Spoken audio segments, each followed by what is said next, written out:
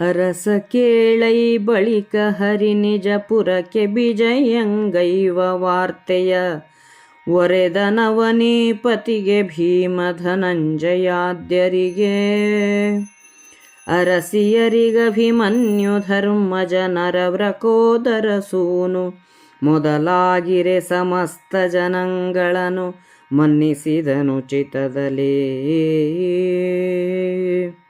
ವರಮುಹೂರ್ತದೊಳಮೃತ ಯೋಗೋತ್ಕರ ಶುಭಗ್ರಹ ದೃಷ್ಟಿಯಲಿ ಹಿಮಕರ ಶುಭಾವಸ್ಥೆಯಲಿ ಕೇಂದ್ರ ಸ್ಥಾನ ಗುರುವಿನಲೇ.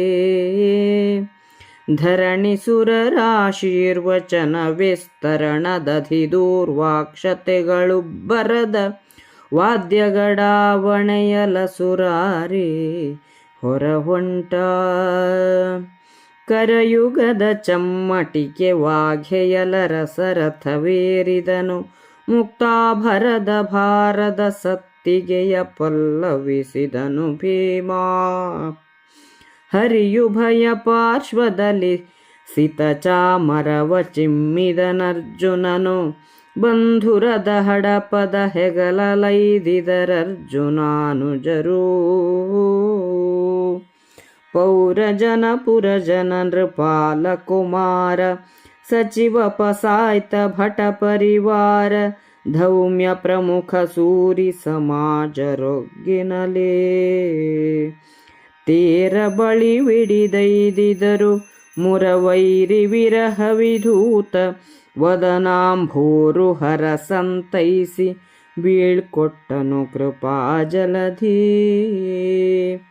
ಅರಿನೃಪರು ಕುಹಕಿಗಳು ನೀವೇ ಸರಸ ಹೃದಯರ ಧರ್ಮಶೀಲರು ಪರರು ನೀಮತಿ ಧರ್ಮನಿಷ್ಠರು ಹಾನಿಯುಂಟದಕ್ಕೆ. ಅರಸನಾರೋಗಣೆ ವಿಹಾರದೊಳಿರುಳು ಹಗಲು ಮೃಗವ್ಯಸನದ ಅಚ್ಚರಿನೊಳಿಹುದೆಂದನಿಬರನು ಬೀಳ್ಕೊಟ್ಟನ ಸುರಾರಿ. ನಾಲಿಗೆಗಳ ಸುರಾರಿ ಗುಣನಾಮಾಳಿಯಲ್ಲಿ ತುರುಗಿದವು ಕಂಗಳು ನೀಲಮೇಘ ಶ್ಯಾಮನಲಿ ಬೆಚ್ಚವು ವಿಹಾರದಲ್ಲಿ. ಬಾಲ ಕೇಳಿ ಕಥನ ಸುಧೆಯೊಳಗಾಳಿ ಮುಳುಗುತ ಕಳುಹುತನಿಬರು ಸಾಲ ಭಂಜಿಕೆಯಂದವಾದರೂ ಕೃಷ್ಣ ವಿರಹದಲ್ಲಿ.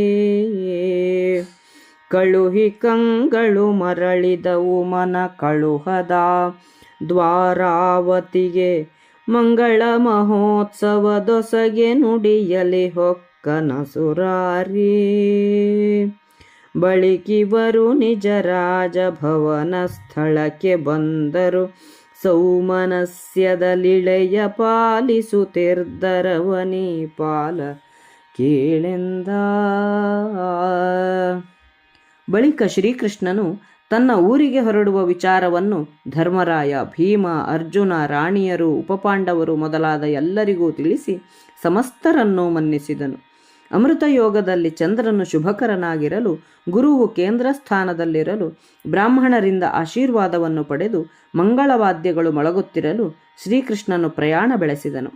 ಧರ್ಮರಾಯನು ಒಂದು ಕೈಯಲ್ಲಿ ಕುದುರೆಗಳ ಲಗಾಮನ್ನೂ ಇನ್ನೊಂದು ಕೈಯಲ್ಲಿ ಚಾಟಿಯನ್ನೂ ಹಿಡಿದು ಶ್ರೀಕೃಷ್ಣನು ಪ್ರಯಾಣ ಮಾಡುವ ರಥವನ್ನು ನಡೆಸಲು ಕುಳಿತನು. ಮುತ್ತುಗಳಿಂದ ಅಲಂಕೃತವಾದ ಛತ್ರವನ್ನು ಭೀಮನು ಎತ್ತಿ ಹಿಡಿದನು.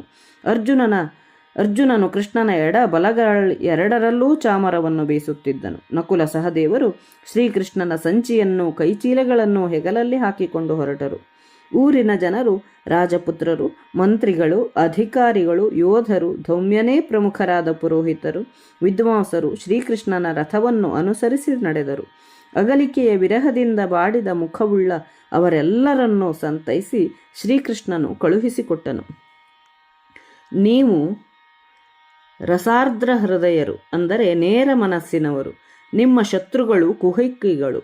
ನೀವು ಧರ್ಮಶೀಲರು, ಅವರು ಅಧರ್ಮದಿಂದ ನಡೆಯುವವರು. ಆದುದರಿಂದ ನಿಮಗೆ ಅಪಾಯ ತಪ್ಪಿದ್ದಲ್ಲ.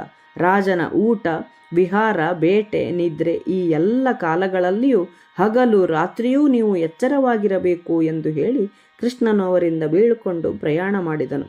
ಕೃಷ್ಣನನ್ನು ಬೀಳ್ಕೊಟ್ಟು ಪಾಂಡವರ ನಾಲಿಗೆಗಳು ಕೃಷ್ಣನಾಮ ಸ್ಮರಣೆಯಲ್ಲಿಯೇ ನಿಂತವು.